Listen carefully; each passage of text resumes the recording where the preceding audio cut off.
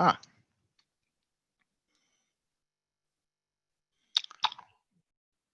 Hello, Lola.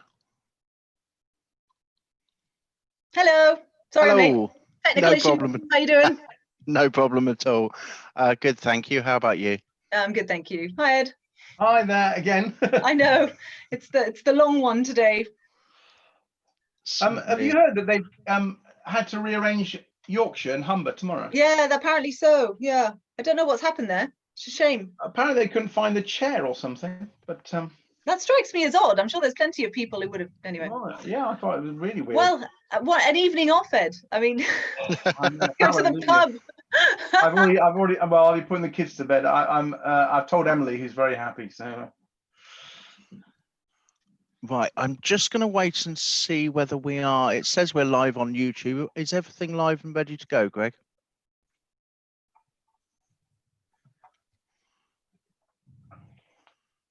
Ah, right. He has just replied saying we are live, so I shall get going. So thank you very much. Good evening, everyone, and thank you for joining the South Central Regional Hustings today.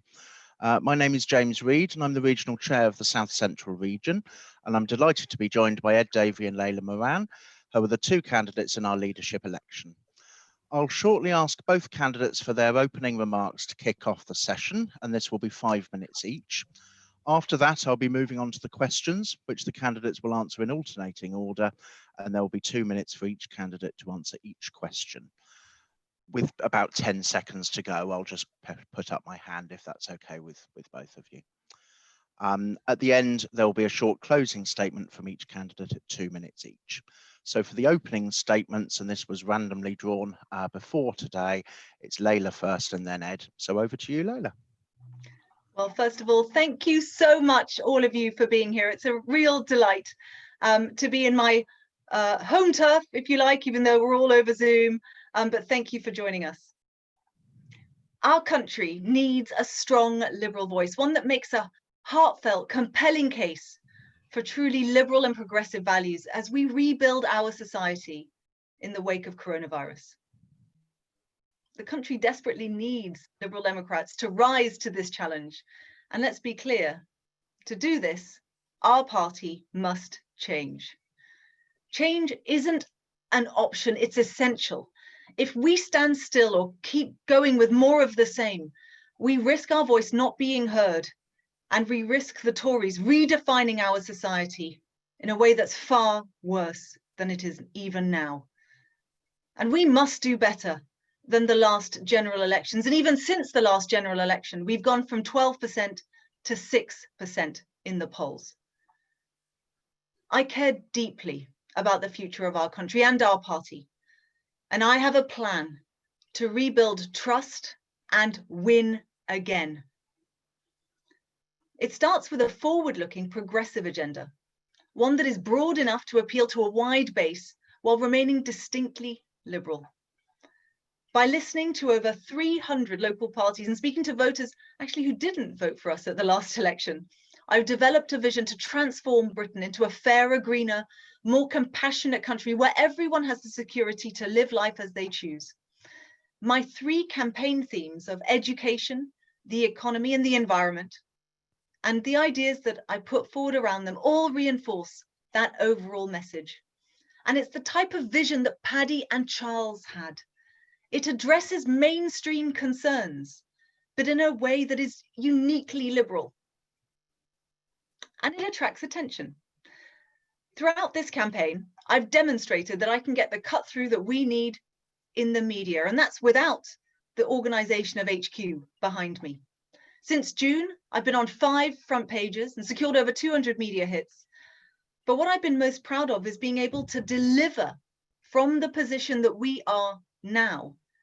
And I've worked across a broad spectrum of publications and in the House to get the Daily Express to back my coronavirus compensation scheme campaign.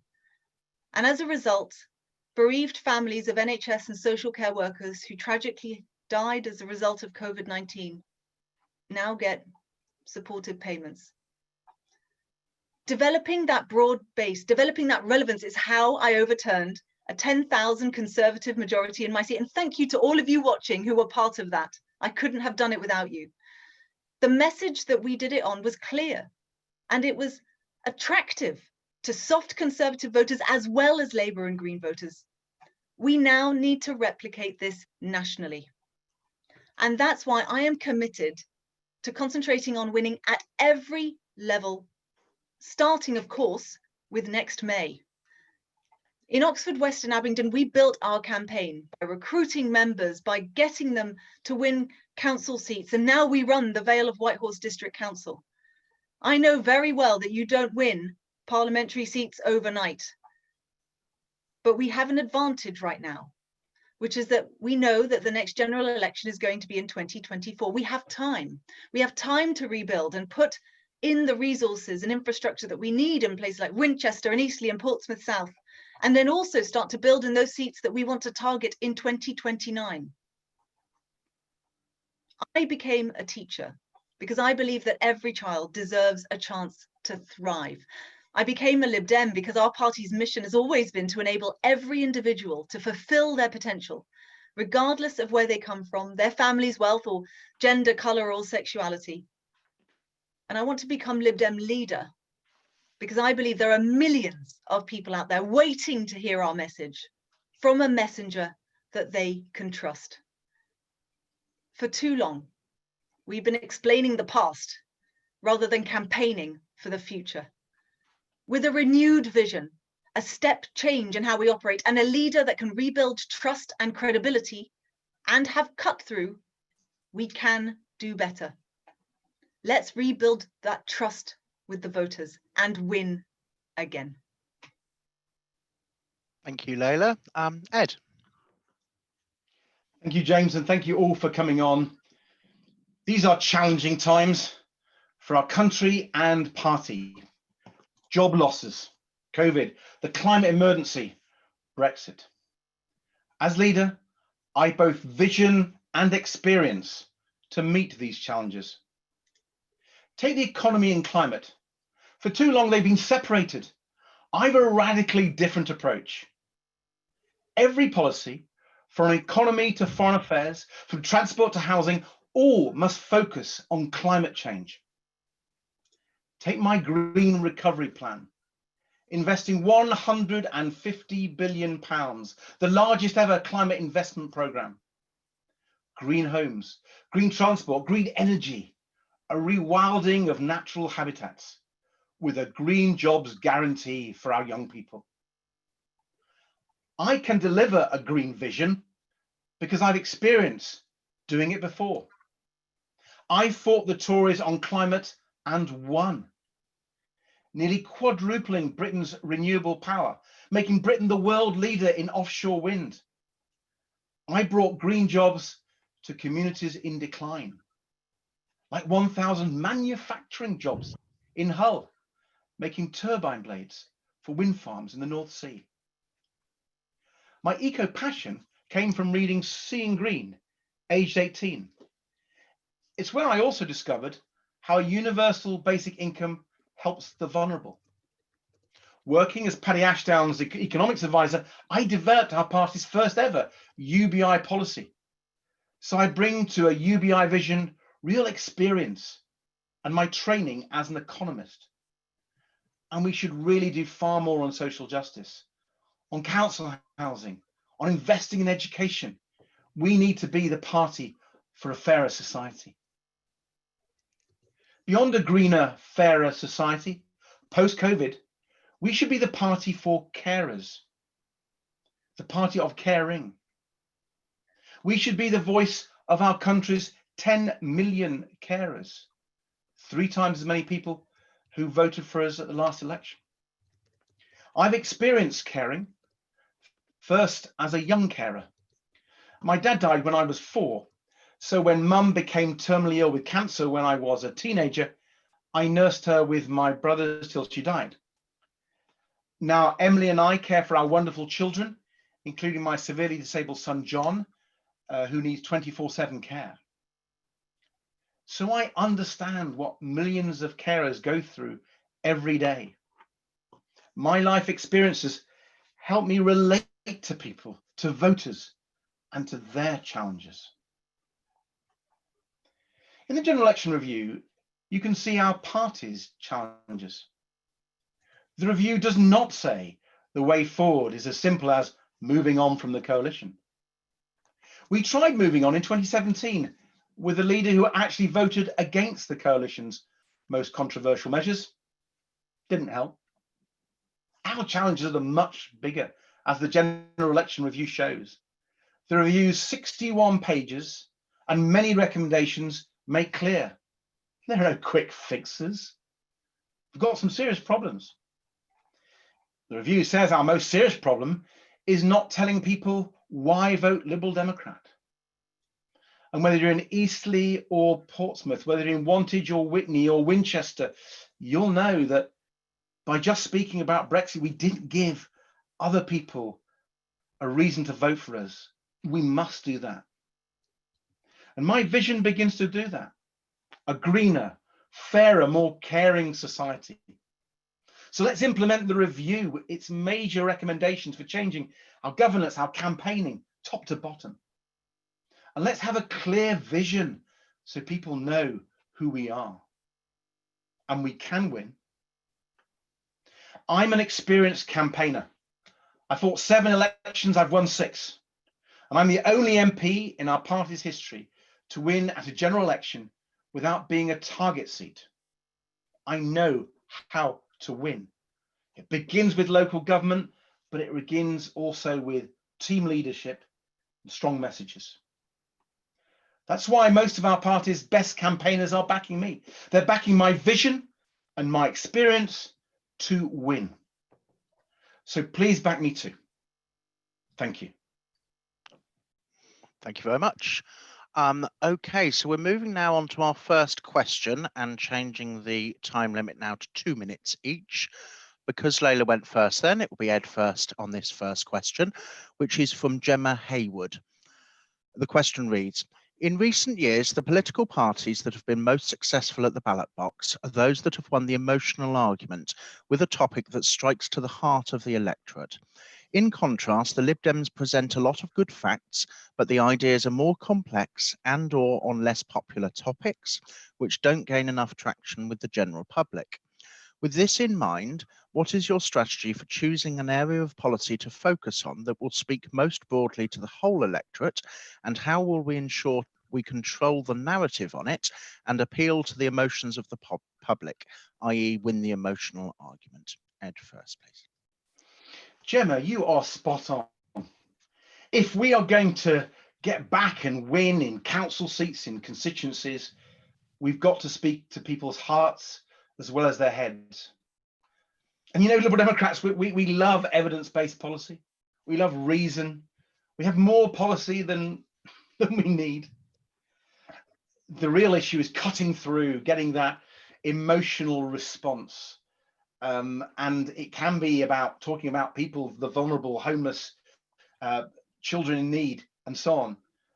But we do need, as you say in your question, Gemma, we do need to make sure that our core messages really are relevant to many, many people, that they resonate with many people.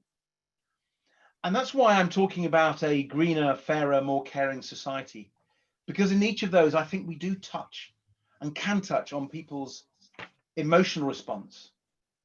You know, unemployment and job losses and business collapse, it's a massive issue. It's going to be the issue. And while I'm an economist and I can talk all about the evidence, I know you've got to get it over that it's about jobs and about jobs for the future. So I keep talking about green jobs to give our young people especially some real hope. And when I talk about a fairer society, I'm talking about children and young people. I'm talking about the future. I'm talking about making sure that every child, every young person has a real chance in life. And I always get excited about the idea that we can become the party of education again. We slipped back on education. When I was the party's economics advisor, we developed a policy of a penny on income tax for education. It cut through. It was our most popular policy in 92, 97, 2001. And we became the party of education. We need to get that back again. I've added in, and people have commented on this, to my message, caring. Because I think post-COVID, people know that the Tories let down people in the care homes. and we saw the tragedy. And they understand now that we need to link health and social care, as Liberal Democrats have argued. And with my personal experience of being a young carer, carer for my gran, a carer for my son, I feel passionately about caring, and I want us to be the voice of carers, all 10 million of them. So I think talking about jobs, I'm talking about schools, I'm talking about caring, that is the way forward to get people's hearts. Thank you, Ed. If you could try to stay within the 2 minutes, that would be lovely. Layla, thank you. Oh, thank you so much. Well, hi Gemma, it's lovely to hear from you. And you'll know, those of you who've been campaigning in Oxford, West and Abingdon, Gemma was a big part of that, that the way that we win hearts and minds across the whole of the political spectrum, the way we won in Oxford, West and Abingdon, I have to say, it was almost a surprise to overturn 10,000 Tory majority against a actually pretty well-liked Tory minister at the time was not easy. And we did it by two things, really. First of all, listening to the voters. A key part of my leadership is to listen. It's what I've been doing in the run-up to these hustings now, listening to local parties. I've given opportunities for more than 3/4 of local parties, in fact, to feed back and feed in to what I've been doing. But actually my instinct after the last election was, rather than assuming that I knew the answer for what was going to get people here, I went out and I spoke to voters. And that's what we need to do at this point. Because we can't assume, because if we're doing it right, then why is it 6% in the polls? We aren't doing it right. So we have to be humble. And if you're humble, then people will tell you the truth. And so I went door knocking, and I went to places actually where they don't tend to vote Lib Dem, at least not yet. I went to Yorkshire, I went to Devon and Cornwall, I went to Romsey, I went to Wales, and I was about to go to Scotland, and we need to continue this process. And it was by doing that that I then chose the themes of my campaign, which are education, because what better way of explaining what liberalism is than investing not just in the next generation, but through coronavirus, we are going to face mass retraining. Education needs to be a core part of that. The economy, the unfair economy, that means that if you are from a poorer background, you are 3 times more likely to die than coronavirus than someone who is wealthier. And of course, the environment, to recapture the hearts and minds of young voters, the ones that we lost over coalition, the ones that we need back so we can rebuild our base over time. But it's not just about the policies, it's also about trust. Trust in our party to listen to them. Trust that we understand them. And we do that by making sure that we continue to listen to them. The first year of my leadership, I want to continue with that listening exercise. And in fact, the General Election Review says that we shouldn't decide what we are going to have as front and center of our manifesto in 2024 yet. It says that we should start that process about 18 months out. I think the General Election Review has it right. Let's remain nimble so that we can remain responsive to the electorate. And by remaining responsive, we show them that we understand them, that we are humbled by our more recent experience, and that we are serious about rebuilding, renewing, and winning again. Thank you very much, Layla. You've both had a question that you've gone a little over your 2 minutes. If I could ask you to try and keep it down just a little bit. We've got quite a lot of questions. Could you give us a warning, James? That would be really helpful. Of course, yeah. Would you like me to put my hand up with 30 seconds to go? Thank you. I won't see it, I'm afraid, because I'm talking to the camera. So there has to be a little bell or something. I shall. Well, I'll tell you what. I'll have this go off at sort of 1:40, and okay, that'll give you your 20-second warning. How's that? Okay, perfect. Thanks, James. No problem at all. It's absolutely fine. Right. Our second question, rather shorter question, is from Andy Graham. Layla will be first to answer this, and it's: what is your view on the need for greener transport infrastructure? Layla. Thank you. Well, Andy, as you know, I hope, this is one of the core planks of what I've been campaigning across Oxfordshire, and indeed needs to be something that we are campaigning on across the whole country. Coronavirus has shown us, I think, what life could be like if we had more green space, if we didn't have as much air pollution, and people are walking and cycling for the first time because they feel it's safer. Now, you wouldn't know that from some of the traffic that's been out there over the weekends at the moment, but it has shown us that it is possible. And interestingly, people are really enjoying it and pushing for it, and they don't want to go back to how things were before. So throughout my time as an MP, I've been pushing for modal shift. I'm vice chair of the all-party parliamentary group on cycling. Oxford, as you all know, is the second cycling city in England. It needs to be the top one, and we're pushing hard. But we can't do it without real infrastructure spending being devolved to councils, and ideally having Liberal Democrat councils who just get this. Because when there are Tories, what they want to do is to plough money like that into roads. That's all they are obsessed with. Some of you will know that I have led the calls to stop the Oxford to Cambridge Expressway, a 6 to 8 lane highway that is going to carve through our countryside. Forget about the damage it's going to cause to biodiversity. Forget about what it's going to do to our clean air. It's the wrong priority. We should be instead campaigning, and we are, to make sure that the rails are electrified, that we plough money into modal shift, into walking, into cycling, and that's how we're going to achieve that shift that we need to get people out of their cars and that they lead greener, cleaner lives. Lovely. Thank you very much, Leila. Ed. This is critical, Andy. If we're going to tackle climate change, if we're going to tackle air pollution, which is hurting the health of our children and our elderly people who've got respiratory problems, cardiac problems, it couldn't be more crucial to really fast track a green transport policy. And it comes in many ways. Absolutely walking and cycling. So the progress we've made in the last few months of COVID, actually we can take forward. And we need to be really bold, ambitious to make sure councils have that support, have that ability to make that shift, working with schools, working with employers. But we also need much better public transport, and that's buses as well as trains. I think buses are a key area where we could take on the Tories. They deregulated buses. They did their market right-wing ideology, and it's not worked. Where buses are properly regulated in London, we've seen the use of them increase year on year on year.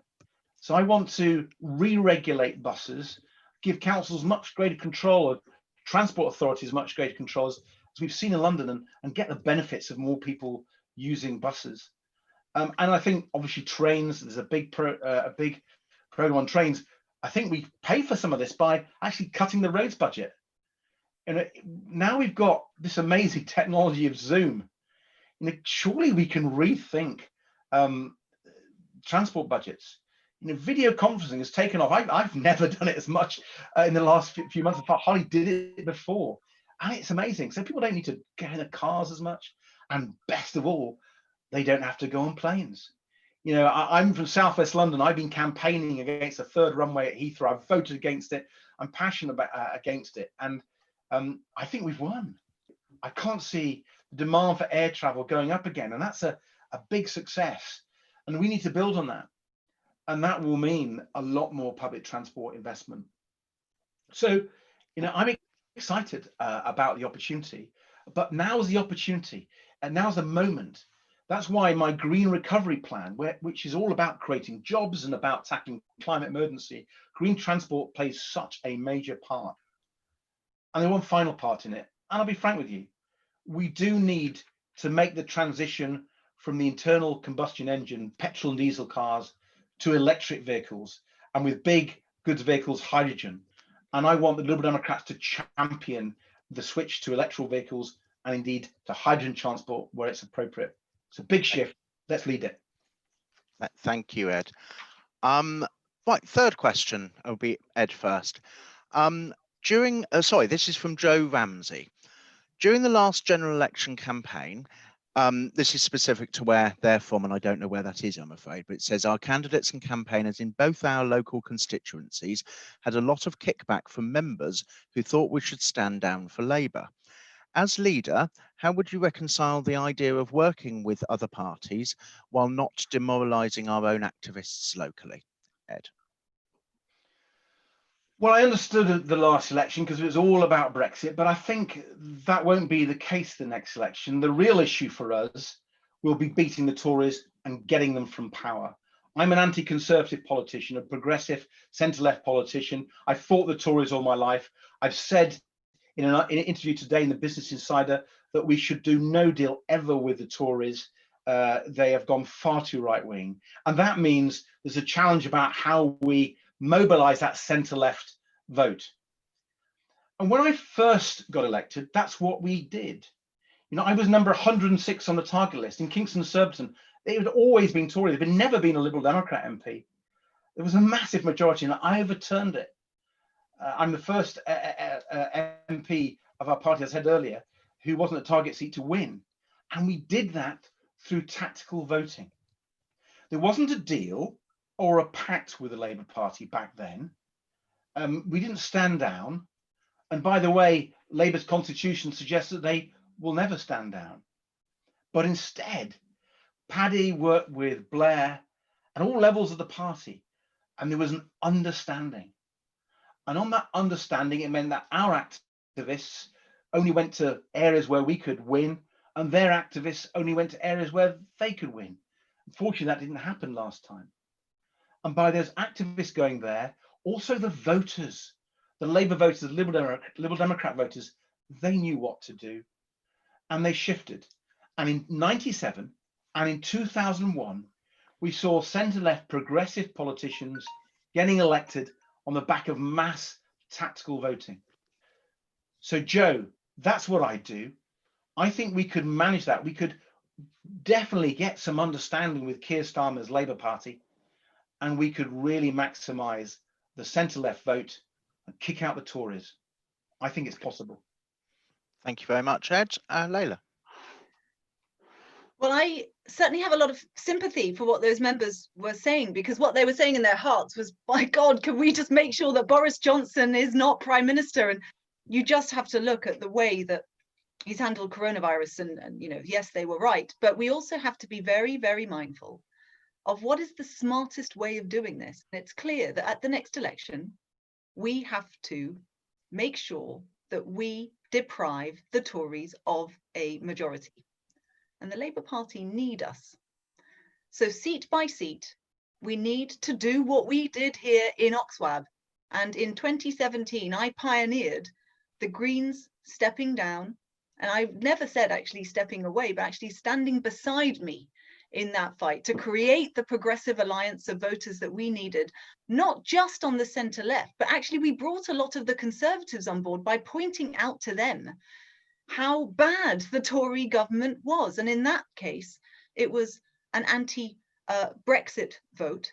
But now we've got even more reasons to do it. And if you think that coronavirus might be over by then, well, actually, then we are entering into the territory of, you know, the climate crisis and the nature crisis. And if we don't get a grip now of that, then that's going to be the big issue. There is going to be issue after issue for people not to be voting Tory. But we need to also be careful, because if, just like Paddy Ashdown discovered, and this is the approach that I want to take, if you talk about it too much, you start scaring off those Tory voters, and we can't do that. So just like in Canterbury, let's be smart. We don't attack each other. We have to develop a close relationship with Keir Starmer and the team around him. In fact, it's what I'm already doing in the House. I did it through the People's Vote. If you look at his cabinet, it's the people, many of them that I worked with through that process.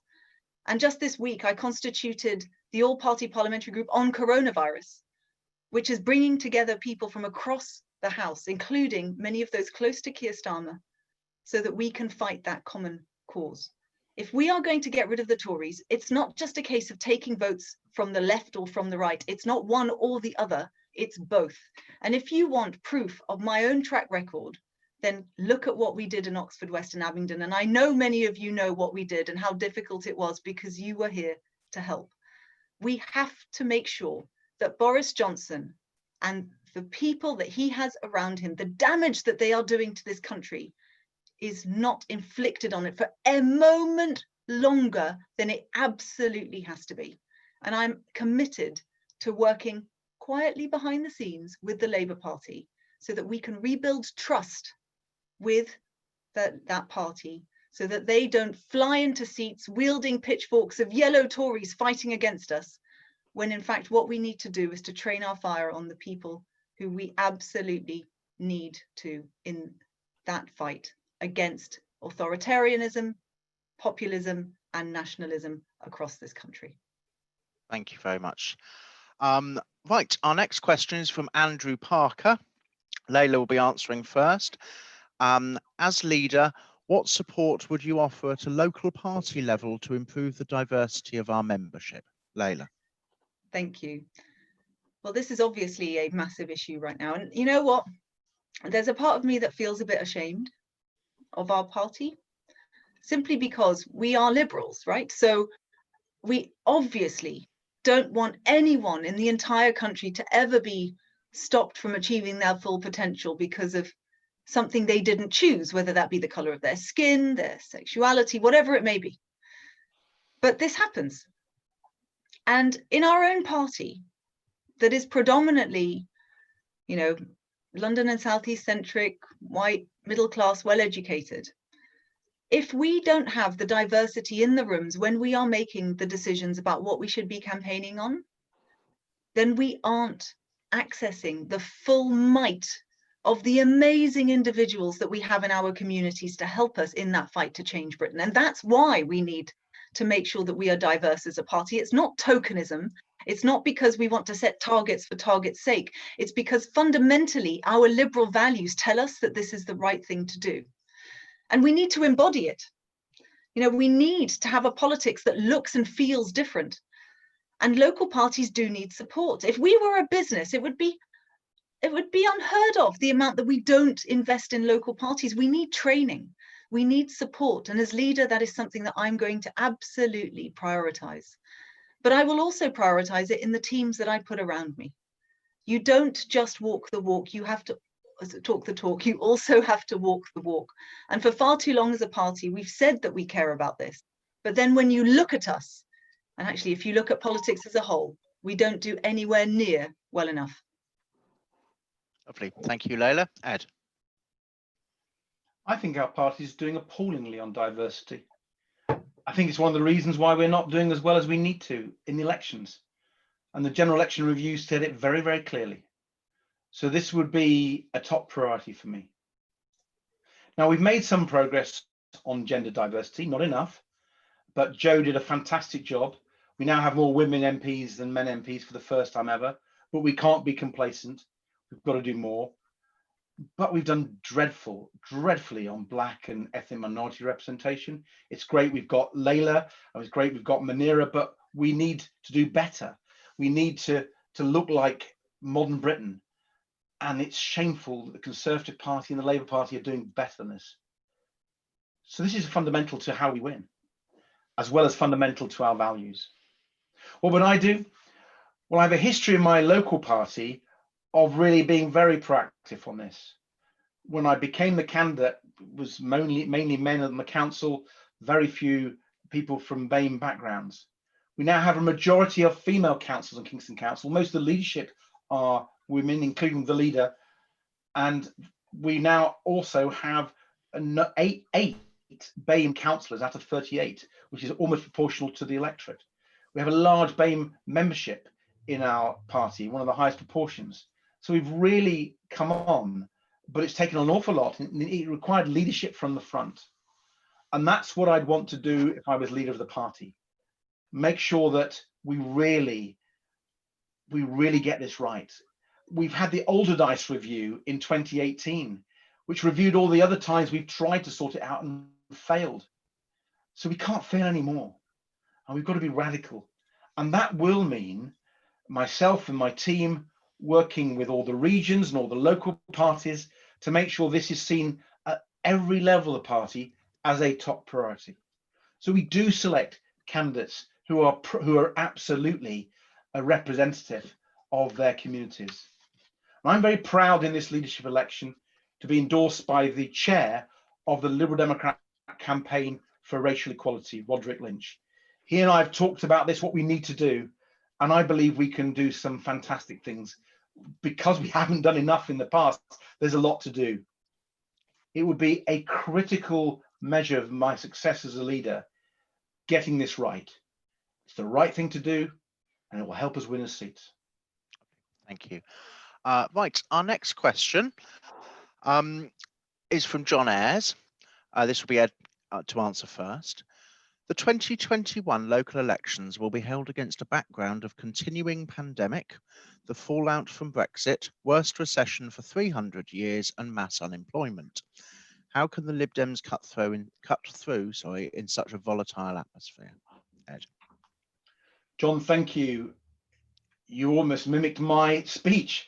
These huge challenges of the pandemic, of job losses, of climate, of Brexit, they're going to dominate our politics over the next few years, including the run up to the local elections next year. And we've got to cut through nationally with strong messages. My greener, fairer, more caring society, I think, speaks to the times. But we've also got to work with our local candidates across the country, and of course, Scottish parliamentary candidates, Welsh parliamentary candidates, London GLA as well, to make sure that the messages we're using nationally support what you're saying locally. And I think my push on green jobs and on the environment can work really well in council campaigning. You know, Liberal Democrats have been strong on the environment at local level, and to hear the National Party making it a top priority, linking it to the economy, linking it to young people, I think that could really help your campaigning. And I also think what I'm saying about care and social care is really relevant. You know, when you think about the NHS, you know, they talk about the Tories and Labour fight each other of hospitals and doctors, and they miss the key picture: social care. You know, without proper social care, the health service struggles, bed blocking. We saw what happening in COVID. Let us be the champion of social care. And not every council has that responsibility, but many do. And I think it would really help our local campaigners if the National Party was talking loud and clear on social care. So, John, let's take the opportunity next year. I want it to be a massive year. You know, we only tend to go up in the opinion polls when we're winning at elections. Over 30 years, it's winning elections that really make a difference. It's a problem because we've had such a bad election in December. We can turn that around. And next May will be so critical to winning those elections on this strong voice that I'm talking about, because that will turn around the fortunes of the party. Thank you very much, Ed. Layla. Thank you. Well, these elections are going to be massive if they happen, although in Oxfordshire at the moment there's moves to try and postpone them, which is utterly undemocratic, and we are fighting that tooth and nail. And the reason why they are so important is actually just look at what Lib Dem councils have done through this coronavirus crisis. And I'm so delighted that we last year took the Vale of Whitehorse. We went from 9 Lib Dem seats to 31. We also, by working together with the Greens, took South Oxfordshire District Council off the Tories. And the reason why this matters is because look at how much better Lib Dem councils have delivered for their local communities at this time. That bottom-up approach is a real USP of our party, because it lies at the heart of who we are, about giving you, the individual, and their communities the support to thrive. And that's really at the heart of why they keep electing us again and again. You know, it's what we do in places like Portsmouth and Eastleigh as well. It's what we're known for. And I'm really looking forward to the 2021 elections, despite the national picture, because I think we have an incredible story to tell. But we also need to make sure that we are delivering for people on the ground on the big issues that they care about. And it's why I talk about an economy that is better balanced, where we're building the homes that they desperately need, that we're delivering truly affordable. Those of us who live in this region know that the definition of affordable at 80% of market value is not affordable for most people. We need to deliver truly affordable housing, and we need to put that green agenda front and center of what we are doing.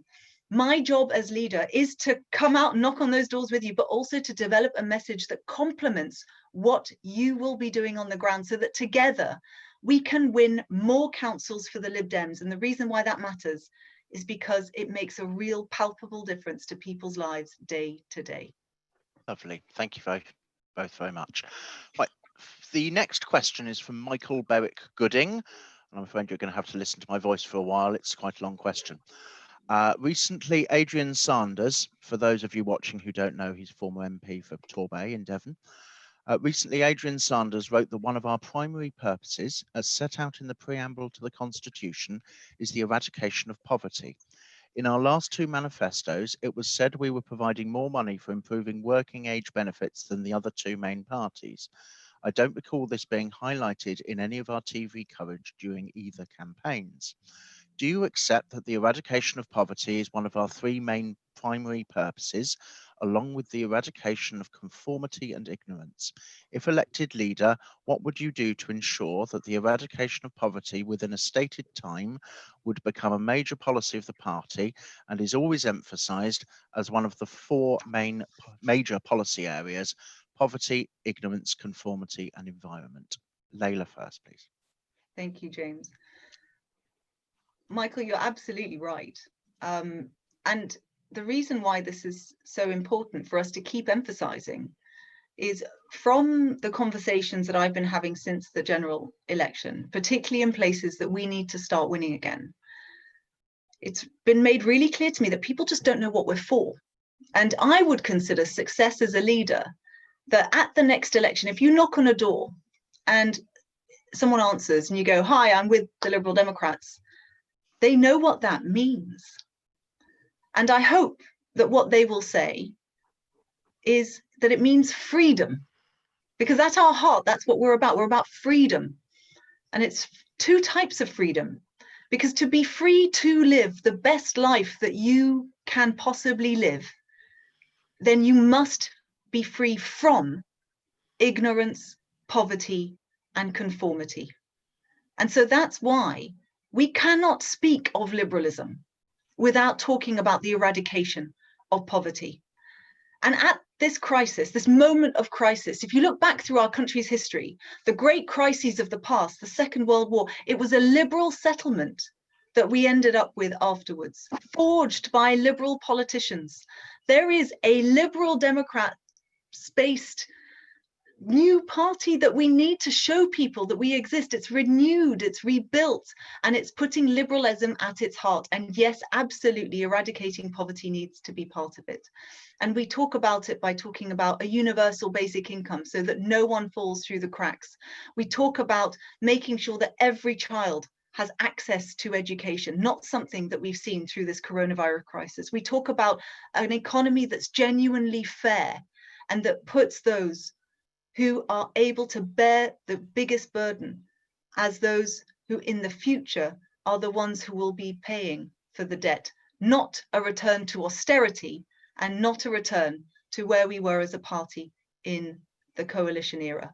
We have to show people that we have learned from them, and we have to change the way that people view us as a party. Thank you, Layla. Ed. Michael, you're absolutely right. We've got great policies on this, but we haven't talked about them. We've got great policies on tackling poverty, but the message hasn't got out there. People haven't heard that we want a fairer society.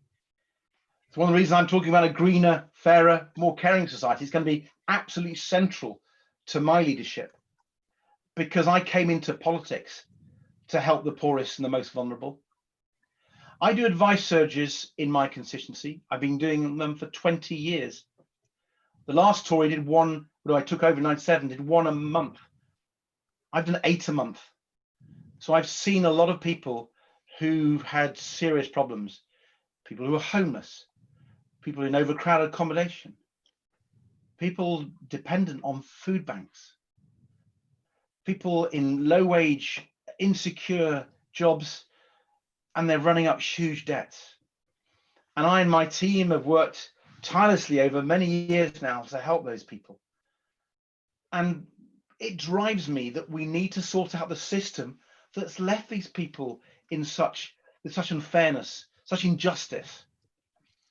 and I support a universal basic income. I wrote the policy back last time we had it in 1990, because the great thing about it is it really helps those vulnerable people, often homeless people, often people in unpaid caring, who don't get any benefits because of the work tested conditionality, the means testing.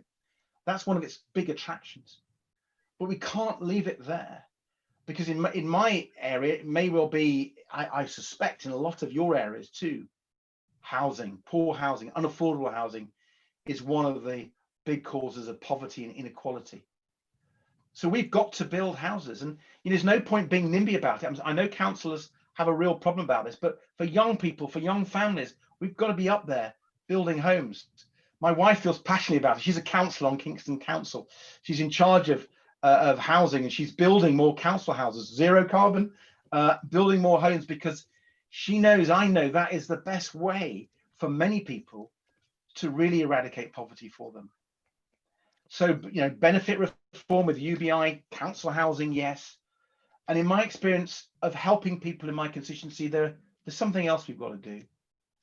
We've got to make sure that our youngsters get the best chance in life. That's why I've always been passionate about investing in education, particularly in early years education, even if that means putting taxes up. I think we have to be the ones championing public services, because public services are about eradicating poverty as well. Can you draw to a close, Finished. if possible? Oh, lovely, you have. Thank you very much. I'm being told by the people who are assisting me behind the teams that I need to be more strict on time, if you don't mind. I don't like cutting either of you off, of course. I'll try and be better. Lovely, thank you both. So the alarm will go at 1 minute and 40. So you just draw to a close. We're in danger of not getting the last two questions. Lovely, thank you both.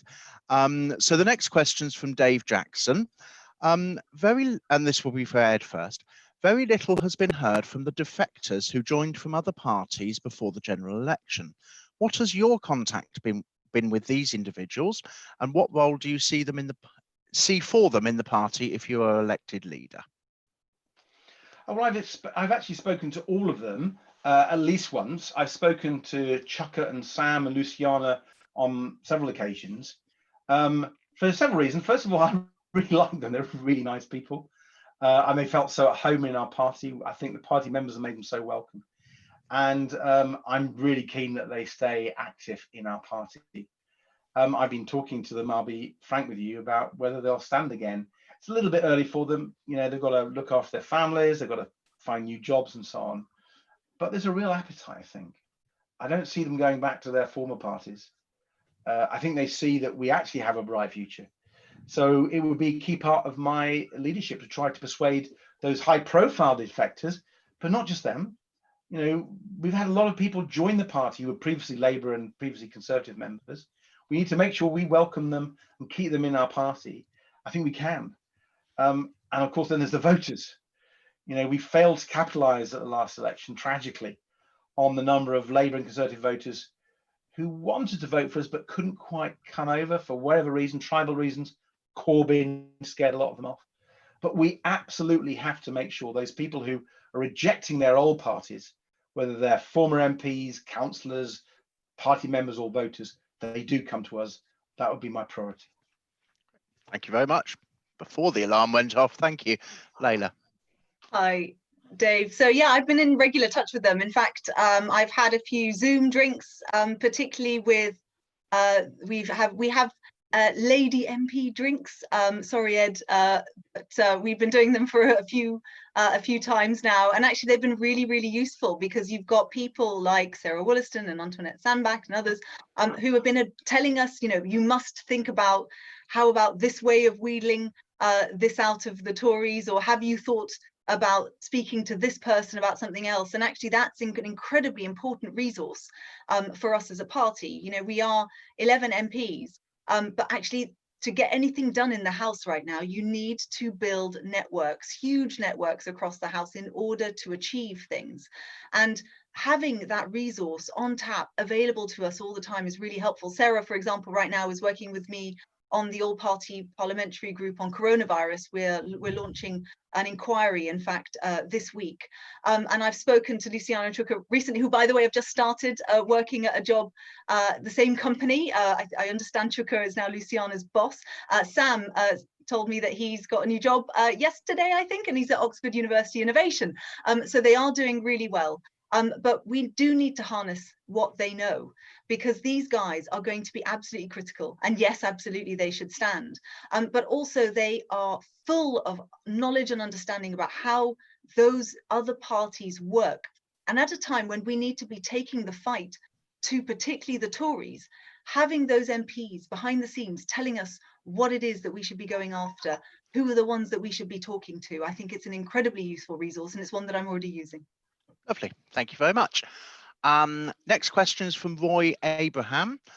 In the light of Black Lives Matter, how can British police overcome unconscious bias, particularly as witnessed and experienced by Black citizens in the UK? Layla first, please. Thank you.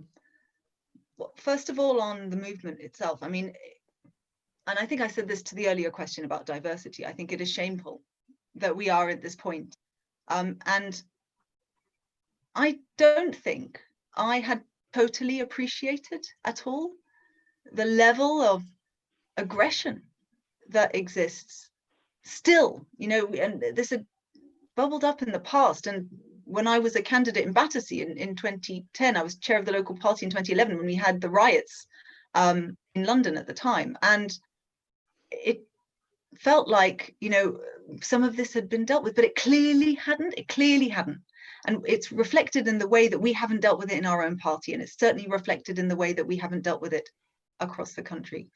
And the way that the police deal with this is actually quite shameful. And we actually just need to put an end to stop and search rules. We just need to absolutely make that illegal, because we cannot now have a situation where it is far more likely that if you are from an ethnic minority background, and it is the case, and we saw it actually very prominently in the news quite recently with the athlete who was stopped. For why?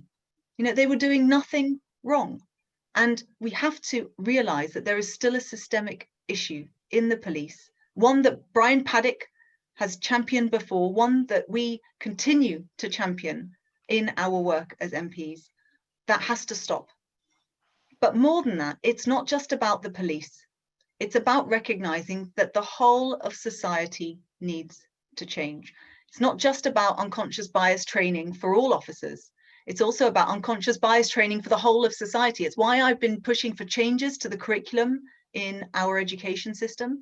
It's why I've been challenging over the last few weeks FTSE 350 companies to make sure that they are really embedding this as part of the way that they plan to change for the future, and also set themselves targets for the number of Black and minority ethnic people that they have on their boards. There is an entire societal change that needs to go with this. And I thank that movement for waking us up, for making us feel the shame that actually I think we have to feel, because it cannot be any longer that we think that this is just going to go away. It's not. It's deeds, not just words. Thank you, Layla. And Ed. I wasn't surprised actually by the Black Lives Matter protest. You know, in America, it is appalling the way there is police brutality against Black people systematically. I actually wasn't surprised about how Black people felt in our country.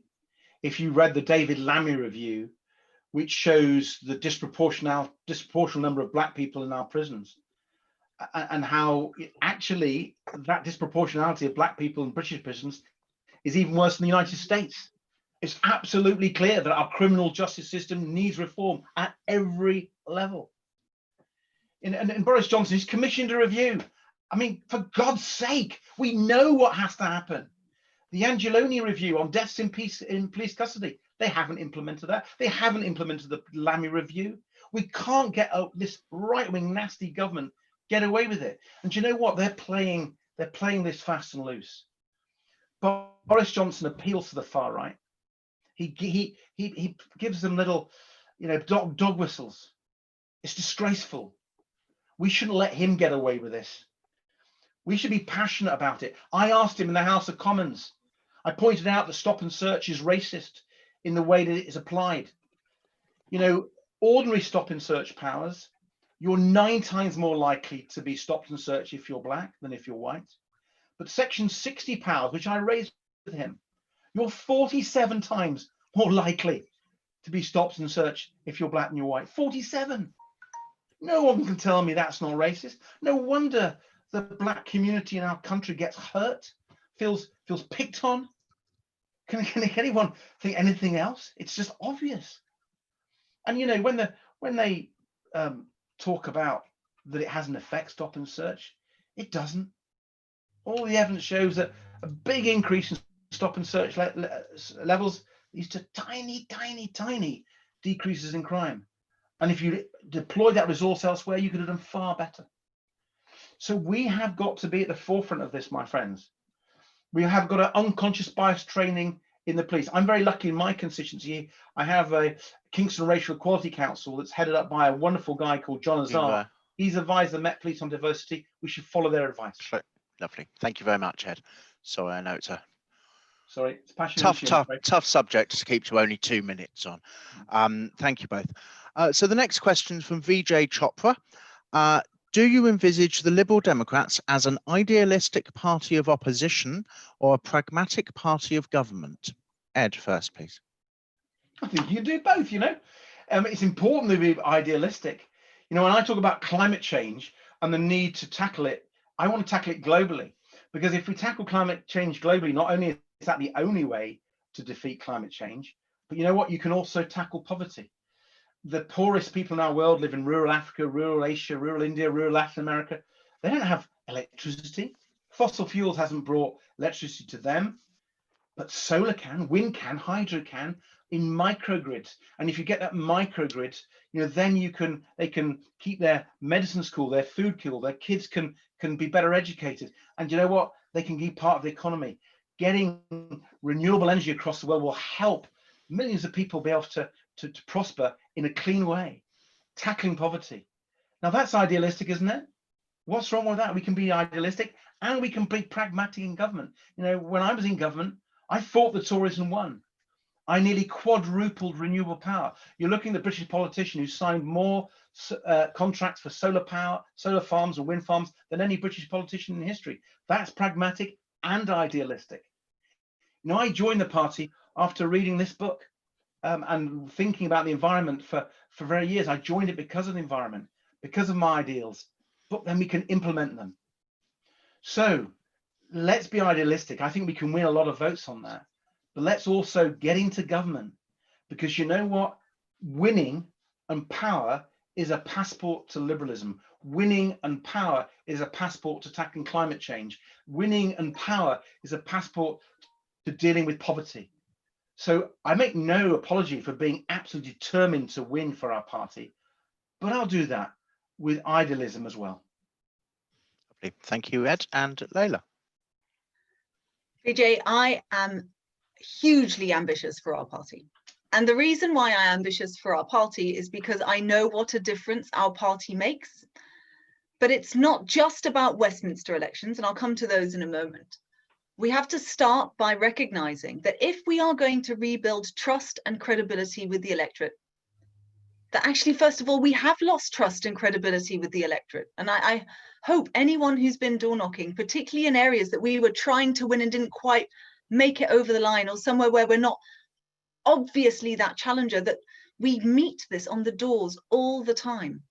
People talking about how they felt betrayed over coalition, people saying to us that they felt that revoke was the wrong policy because we were saying that we wanted something very top down and imposed, when in fact we are a party that talks about being bottom up and democratic and giving the people the power. These are mistakes that we made when we ended up putting electoral success before our ideology, and we need to do both, because the way we are successful as a party is when people, when they cross that Liberal Democrat box in that electoral booth, they know what they're getting. They know that this is a party that they can trust, and they know that this is a party that can deliver for them now. So that's why we need to win councils next year. That's why we have to do well in Scotland and Wales next year. That's why we need to keep electing Liberal Democrat councillors, because they right now are affecting change. That is what I want to do as leader. I don't want to wait 5-10 years for people to see what we can do for them. By delivering the coronavirus compensation scheme for our party, I have delivered for people across the country already, and that is from the position that we are now. We cannot wait, but we do have to say to people that if they vote Lib Dem, every Lib Dem MP at the next election is another voice for making change in our country that is liberal. There is another voice that's going to deliver a fairer education system, an economy that puts well-being at its heart, and that recaptures the young vote by making sure that we are putting climate change as the urgent problem that it is. Thank you, Layla. Okay, the next two questions I'm going to take at once. They are slightly similar, so I'll be a little less harsh on timing on this one, but try and be as quick as possible. So firstly, from Peter Whitaker, what is the most important quality a leader should demonstrate? And the second question from Simon Pike is, what aspect of the role of leader would you find most difficult or challenging? So if you could answer those sort of as one, Layla first, please. Thank you. Well, I think there's a lot of important qualities, and actually not all leaders are the same. So in essence, that's what we're doing. This is a huge job interview for both of us. But my own view is that given where we are now as a party, and given where we need to go, given the rebuild that we need to do, the renewal of the party that we need to now go through, I think fundamentally what I can offer, one of the strongest traits that I can offer, is my ability to listen. And that's what I've been doing over the last few months before we've reached this point. And that is what I will continue to do. I built a massive campaign here in Oxford West and Abingdon by encouraging people to be empowered, by making them inspired by the bigger picture of what we needed to achieve, but then also saying, we're going to do it together. And it's no mistake, if you look at my slogan, move forwards together, that togetherness is so important, because there is no one person that is going to be able to fix the problems that are in front of us. And it's not going to be just a case of one part of the party. Every single member, every single activist is going to have their part to play. The other thing that I do and have done, and yes, most of my career was outside of the Westminster bubble, but it meant that I learned all those transferable skills from teaching, all that time that I spent in a social enterprise as part of a senior leadership team. I know how to lead teams, and I know that you do it best by encouraging people to be empowered, by making sure that you have a collaborative approach and that you don't just surround yourself by yes people. I like to be challenged. I like to have people around me who give me different points of view. And I love that this online world that we now live in means that you and I can be even more connected than we have ever been. So let's lead, but let's go together. Thank you. Ed. You want a leader to take the party to victory, so we win. And there are aspects of that: communication, relating, connecting to voters, leading teams. But ultimately, I would have to choose communication as the key quality that's most important. And there's two parts of that. There's being clear on the vision that you have. And I'm talking about a greener, fairer, more caring society. I'm going to hear a lot about that, because if Liberal Democrats are going to get over our message, we'll repeat it: greener, fairer, more caring society. But you've also got to be able to perform on the top stage. And over 20 years, I've done all the interviews, all the tough interviews, with Paxman, with Humphreys, with Cathy Newman, with Sophie Ridge, with Andrew Neil, all of them. And I've always, I think, come out, looking pretty good, putting a good message over for our party. And of course, they are the key interviews that you get as leader in the run-up to election. So you'll know, with me, you've got that experience of someone who's been there and done it at the top level. for the party, both in government and opposition. So that communication is, I think, probably, Peter, the most important quality, and I think I can tick that box. Simon, what aspect of the role of the leader is most challenging? Well, for me, there's two. I'm going to be very private at the moment. You know, my family is the most important thing to me. My kids and my wife, and you know, balancing family life with being a leader, it's tricky. I'm fortunate I'm a London MP, so I can come home every day, and that's important because of my son, my disabled son. So I need to be there, part as a carer. But managing that, I'll be frank with you, that's probably the toughest for me. I think within the party, it's probably my impatience for reforming the party. You know, I've been wanting to reform the party for a number of years, and other leaders have sort of skirted around. One of the reasons I was so keen to, when I co-commissioned the general election review, was to have Dorothy Thornhill, who doesn't take any prisoners, and have a review that enabled her and the panel to look more widely. And they've come up with a general election review, which I think is fantastic. It's a mandate for real reform. And I'm impatient to get that reform, to sort out our governance, to sort out campaigning, because if we make our party match fit again, you know, we can win again. And that's what we need to be about. And so I'll be a bit impatient. I just want to give you advance notice on that. Thank you very much, Ed. So the next question is along the same sort of lines, and this is from Richard Blackman. This is brief for Ed first. What would your rival bring to the role of leader that you wouldn't? Ed first. Well, there's some very obvious things which I don't think need saying. You know, we look different, don't we? And we're different ages and so on. So she'd bring different things, of course. But you know, she's been a really good colleague, and I really value her advice. And you know, I think we can work together. What else would she bring? I mean, she has knowledge that I don't. She's had a different career path, and that would obviously help her do it in obviously a different way, because as Layla said in the last question, we're all different. Cool. Thank you, Ed. It was very, very much the time. Layla. Yeah, that's a lovely question, Richard. And yeah, I have to say, and I hope Ed feels the same, I think in each other, but also the whole of our colleagues, you know, we are so lucky in the 11 that we do have, with an incredibly diverse set of skills. And I really, really value the fact that Ed has been such a stalwart in the party all of these years. And we're going to need that. We're going to need to harness every sinew of our party, whether it be people who have been here a very long time, or people like me who have been there much more recently. Actually, we have to make sure that we utilize every person's skills. And I think the enormous experience that he does have in renewables and in the economy is useful and very, very important to listen to. So I'm really excited. No matter what, at the end of this, we are going to remain friends. And no matter what happens at the end of this, I will support no matter who ends up as leader. So I'm not at all concerned about our party being able to pull together at the end of this. Lovely. Thank you both very much. That was very quick. Well done.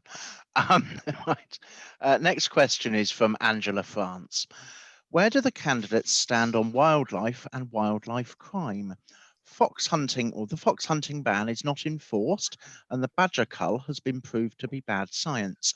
Will you work to protect our wildlife? Layla first, please. Thank you. Yes. And in fact, in Oxford, West and Abingdon, this was very much an election issue, because when in 2017 we overturned that Tory massive majority, one of the ways that we were highlighting the differences between our two parties was the strong animal rights stance that we have as a party, and not just animal rights, but also biodiversity and environment and so on. And meanwhile, my Tory opponent was very happy to take money and also get activists to come and campaign against us, who were part of one of the Oxfordshire hunts, which aren't very far. And it's abhorrent. It's disgusting. It shouldn't happen, and it needs to be challenged. And the Tories are very often the ones who are the worst at it. So when they are talking about things like that, we should be absolutely clear on where we stand. And on badger culling, I mean, I've always been one to listen to the evidence. And whilst, you know, in coalition, that was the plan, and that was instituted, and people will still make the case for why badger culling is right. Well, actually, my former neighbour is now in the Lords, John Krebs, and he was one of the people who originally suggested that badger culling was the way to deal with bovine TB, but actually has now said that it's not the case. The science does not back this up. So when you have both something that, you know, I never want to kill an animal, but when you've got vaccines that could be working, and when the science doesn't back it up, then that is why I am completely against badger culling, have always been, and that's partly how we actually won lots of Tories over in Oxford, West and Abingdon. Lovely, thank you. I'm very sorry for coughing over you. I thought I'd muted myself. Ed. Angela, thank you for that question. Yes, is the answer. We've got to take wildlife crime far more seriously. And there are two practical aspects of how we do it. The first, actually, you may be surprised at this, is more police resources. I've been campaigning on an issue in my own constituency where a developer who owns this land, and he knows we're going to fight him on planning permission because it's a very beautiful piece of land. The owner of this land, the developer, has been pulling out some of the flora and fauna there, which was used for nesting for birds, for insects, for bats, and he's been able to get away with it. Partly because the law isn't strong enough and we need to tighten the law, but also because the police said we're too stretched to deal with it. It was outrageous. And wildlife crime for police who are stretched is so low on their agenda. We've got to find a way to ring fence that resources to make sure people, whether they're developers or people going fox hunting or whatever, that they know that police are going to take it seriously. And I agree with Layla on badger culling. You know, the evidence actually is now really clear that it's the wrong way to do it. John Krebs is actually been really interesting because he's changed his position. So, you know, I think we can do that. So police resources, better laws, but I want to do 2 or 3 other things which speak to this question. I want us to embark on a program of rewilding. Now, I think we need to see more forests, peat bogs restored, wetlands restored, a massive program. It's part of my green recovery plan. It's very jobs intensive. It's great for nature, reversing that biodiversity loss. And it also can help tackle climate change. It's a really important program, and we've got to be very bold on it. And we've got to look at it across the piece. I'm particularly interested in bees, actually. My mother-in-law is the swarm officer for North Dorset, which means if there's a swarm of bees, she goes out and collects it. And she's also teaches beekeeping. So if I didn't mention bees and the importance of bees in wildlife and nature rewilding, I get told off. So bees as well, Angela, bees as well. Thank you, Ed. Okay, our next question. We are pretty much caught up with time, so that's perfect. Thank you. Second to last question from David Rundle. Are private sector landlords part of the problem or solution for addressing homelessness? Ed first, please. I think they've got to be properly regulated and overseen and managed by councils that have got the powers and the resources to do that job. Now, actually, a large part of the private renters sector is actually relatively well managed. I came at this when I was Secretary of State for Energy and Climate Change because I wanted a new law to force landlords to increase their minimum energy efficiency standards, because it's great to tackle fuel poverty, great to tackle climate emissions. And the Tories didn't want to do it, but I fought them and I won and I got that law in place. But when I was looking at making sure that law happened, the reality is, unless local authorities have the people and have the will, private landlords will get away with it. So implementing the laws that are there to protect tenants requires investing in our local government. We've got to reverse these awful cuts. And so if you have that regulatory body that's strong and well resourced locally, I think you can work with private landlords. And by the way, you can find the rogue ones, because there are rogue ones out there. In my advice surgeries, I see people who are the victims of rogue landlords. And the only way you can tackle it is by using the powers that exist and enforcing them. And by the way, my ears are burning because my wife, as I told you before, is the housing portfolio holder in Kingston Council. And she wants to do exactly the sort of things I'm talking and trying to get resources to focus the council to go after the bad landlords while supporting the better ones. Lovely. Thank you very much, Ed. Layla. Thanks. Well, I mean, it really depends on the landlord. And I have, over the years here in Oxford, we have a number who are really not that great. And we have gone after them.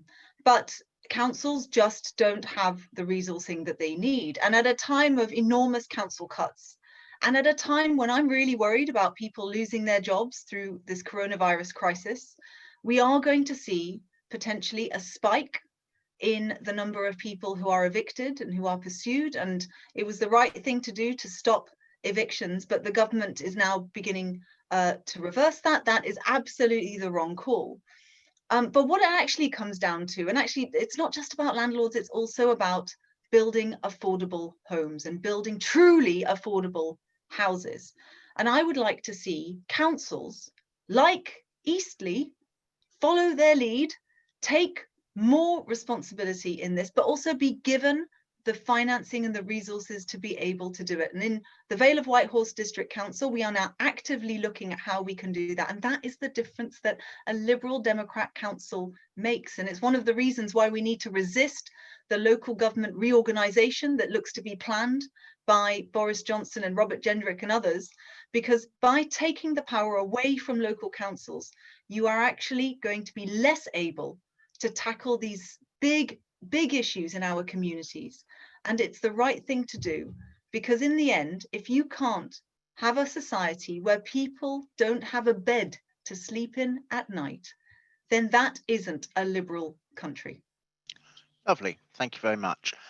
We may even have time for an extra question. So the next question is from Clive Jones.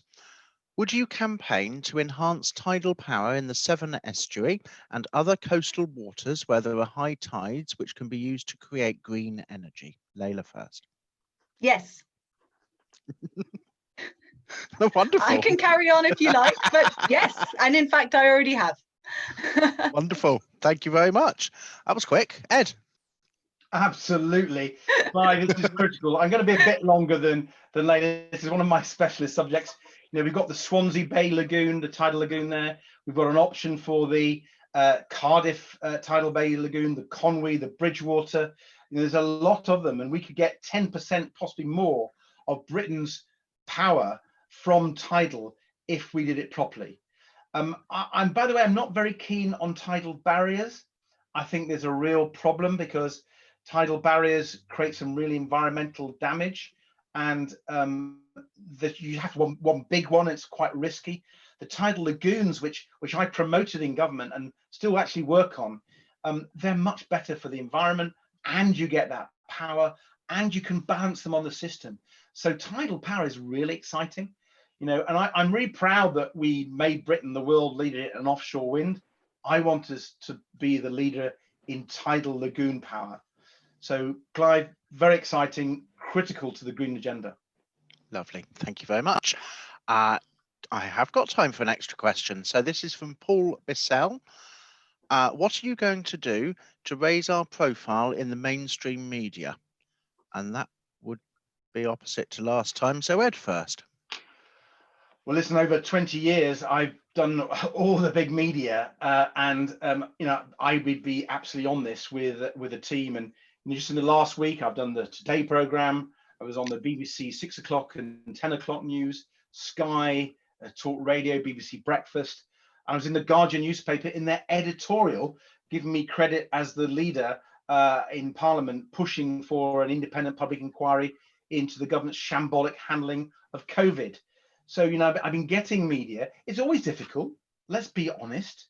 Liberal Democrats have always found it difficult, leader after leader, particularly after elections where we've done really badly and the media are counting us out. And the way we've got back under Paddy, under Charles, under Ming, under Nick, the way we've managed to get back is by actually winning elections. Because when you win elections, parliamentary by-elections, council elections, European elections, they have to cover you. We saw it in May 2019 when Vince Cable, as our leader, you know, he defied this coalition stuff that people are talking about. He was a coalition cabinet minister. He took us to our best result in local elections ever, in the European elections ever. And he did that on the back of, courage by saying bollocks to Brexit, cutting through. And we did. And on the back of those election victories, we got a lot of media coverage. Unfortunately, for reasons we all know too well, the polls then went down. You shouldn't be focused on the polls because they do change quite a lot. But the way to cut through is actually also the way to win and to get campaigning victories. So, yeah, I'm really keen to get on the media. I've pretty good record. But the real way for the whole party to be more visible is winning elections and getting into a virtuous circle rather than the vicious circle we've been in recent years. Lovely. Thank you very much, Layla. Well, over those last 3 years, I've done all those big media slots as well, including the 8:10 slot on the Today programme. I've done all those big shows, and they have been an incredible experience. And I still I remember as a child watching MPs on Question Time and pinch myself that I was in that position. Actually, the one that really made me pinch myself was appearing on Have I Got News for You? And actually, this is the thing that I think I bring to this role, is my ability to not just do the classic big political shows, but also to gain the interest of a broader mainstream media, one that we wouldn't classically be in, arguably one that people who are less interested in politics listen to and see. Because that's what we need to do now. If we are going to rebuild the party, if we are going to now change as a party so that we can really meet the needs of modern Britain, then we are going to have that bigger reach. And in the last few weeks, yes, I've appeared on front pages ranging from the Telegraph to the Guardian and so on, but also I've been in NME, I've been in Pink News. We need to broaden our appeal and make people see that the Liberal Democrats are going to talk about the issues that they care about in a way that's accessible, in a way that they can feel that there's someone and a party in Parliament that's really on their side. But the other thing I want to mention is that actually that we need to bypass the mainstream media, because as the third party nationally, the fourth in Parliament, we can't rely on the mainstream media alone. And one of the things that I'm very, very keen on is that we start to develop even more our natural reach across social media. And I have been doing that over the last 3 years. I've got a high Twitter reach. I'm on Instagram. I'm considering moving on TikTok. These are the kinds of ways that we're going to reach out to new audiences in a way that's really bespoke to them and in a way that's really authentic for the party. Wonderful. Thank you. Thank you both very much for all your answers there. I'd now like to ask each of the candidates to make their closing statements, please. So this will be in the reverse order of the opening statements. So it'll be Ed first and then Layla. This will be 2 minutes each. What I'll do is I'll give you an alarm on 2 minutes and, more or less 10 seconds afterwards or so. So after you, Ed. Thank you. Thank you for all your questions today, and thanks to James for chairing. I hope I've shown you that I have the vision, experience, and judgment to lead the Liberal Democrats, to tackle the huge challenges we face, both in the country and inside our party. I want to work with you all to build a society where we invest in green jobs, give everyone a universal basic income, and give carers a new deal. The election review presents us with a huge number of challenges, and there's no quick fix to them. But I know that by working together, we can build a message and a party machine that can speak to the whole country again, just like we did when I worked for Paddy. I've been touched by how many of our party's great campaigners and winners are backing my campaign. Councillor Shafak Mohammed, our former Yorkshire MEP and opposition leader on Sheffield Council. Dorothy Thornhill, the former mayor of Watford and the chair of the election review. Christine Jardine, the brilliant MP for Edinburgh West. Councillor Sarah Bedford, the leader of Three Rivers District Council. Roderick Lynch, chair of the Liberal Democrat campaign for racial equality. 13 out of our 16 former MEPs, including Caroline Voden and Catherine Beard, the former leaders of our MEP group. And former leaders of our party, Min Campbell and Tim Farron, plus 3 of our fabulous new MPs elected in December. Sarah Olney, Munira Wilson, and Daisy Cooper. We have so much to be positive about in this party, not least the fantastic campaigners we have right across the party.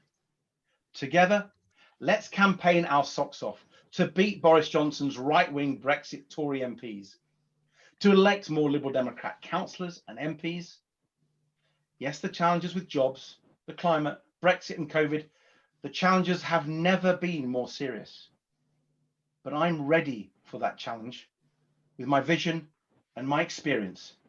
And I'd be honoured to lead you to campaign for and win that greener, fairer, more caring future. Thank you. Thank you, Ed. Layla. Well, thank you so much, everyone, for coming. This is the third hustings that we've had today. Actually, all have been enjoyable, but it's particularly wonderful to spend this evening one with those who have helped me win here in Oxford, Western Abingdon. And again, I can never say it enough. Thank you for what you did. But we can't just have the one. And I am intent on making sure that we win more and more seats, not just in South Central, but also across the whole of the country. But let's be clear, if we're going to do this, if we're going to win again, then the party has to change. We have underperformed in 3 general elections in a row. We've lost half of our council base in the last 10 years. And other than being against Brexit, most voters haven't got a clue what we as a national party stand for. They often love our local councils and they love our councillors. But actually, we need to do better than that. And we need to give them a positive vision for the country that they can vote for, not just something that they agree with us that we're against. Steady as she goes is simply not good enough.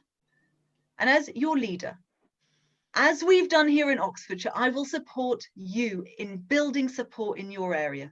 As your leader, I will listen to you, as I have been doing, and deliver a clear, broad and popular message that will back up and not detract from your local message. I'm suggesting education, the environment and the economy because that's what voters have been telling me on the doors. But we need to continue to listen. We need to continue to be nimble. We need to continue to adapt. The political landscape is changing beneath our feet. And unless we move forward and unless we understand that, then we aren't going to get that cut through.